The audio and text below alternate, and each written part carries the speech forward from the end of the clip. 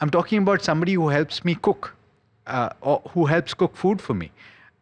I know for a fact that she's had financial trouble over the last couple of years, and what has helped her out ultimately is the gold that she had. Girvi rakke, she has borrowed money, she has pawned her jewelry, and she's bought, or she's got money. She's paid for her daughter's wedding. She's paid for certain other medical emergencies. That is a reality. Yeah, absolutely. So, if you look down, go back in history, I mean, gold or jewelry for that matter has been the ownership, the asset of a woman, right? I mean, Stridhan is still considered to be untouchable by the government as well, right? So there is some sense of ownership and emotional connect with the jewelry. Then you have this kind of ancestral jewelry being passed down from one generation to the other. So these are not, just simply commodities or products. There are a lot of emotions that go down from one generation to the other, right? And in bad times, I mean, of course, these can be, put as security and you can raise money. Now look at this segment that you spoke about.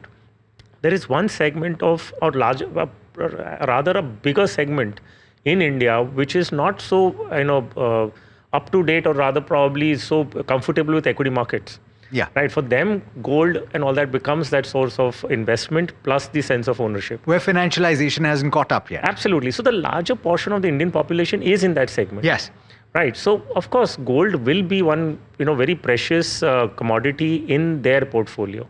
And, that is kept for their daughter's wedding, that is kept as the financial security of the women, that is kept as many other things. So let's not take that away. I mean, unfortunately, it's done well for those people who are holding it. Yes. Now, I'm not talking about jewelry again, because jewelry resale value may not be as good as it may be if you're holding in the form of coins and bars. Yeah. So you need to distinguish between the two, that jewelry is essentially self-consumption. Yes. And investment, when you talk about, then the rate, that the percentage growth that we're talking about, 30%, that's essentially pure gold in the form of coins or bars, for that matter. Yeah. Jewelry, you may not get that much of appreciation as much as you may have seen otherwise. And that is a fair point, Rajiv. Come in on this, because ultimately, look, you're in the business of making jewelry. You have to make some money doing it. Sure. It is a business. Sure. And so therefore, there is a making charge associated with jewelry. Yes, of course. Because it's beautiful products that you create. The flaunt basically is on the craftsmanship. Sure. And that's what you're paying as a premium, which is probably a percentage of the core product value. How much can it go up to? So it can range from anywhere from 4 to 5% upwards and go up to even 25 to 30%, Sure. depending on the consumption of labor and design element which is incurred and invested into that product category. India primarily is looked up more as bespoke jewelry, each piece being unique, no multiples and no mass manufacturing. That's the Indian USP per se. So there is where the labor incurring is more, because we don't believe in mass produced pieces. So imagine if your wife would go to a wedding and she would see the lady wearing the same necklace on the other side. It'd be pretty embarrassing.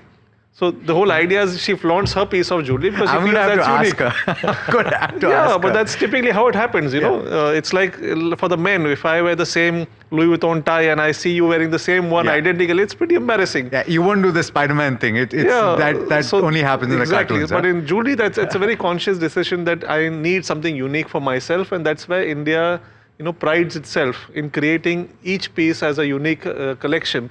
So when we look at our jewelry stores and our design team, we work on mechanics where we can produce more innovative pieces every time.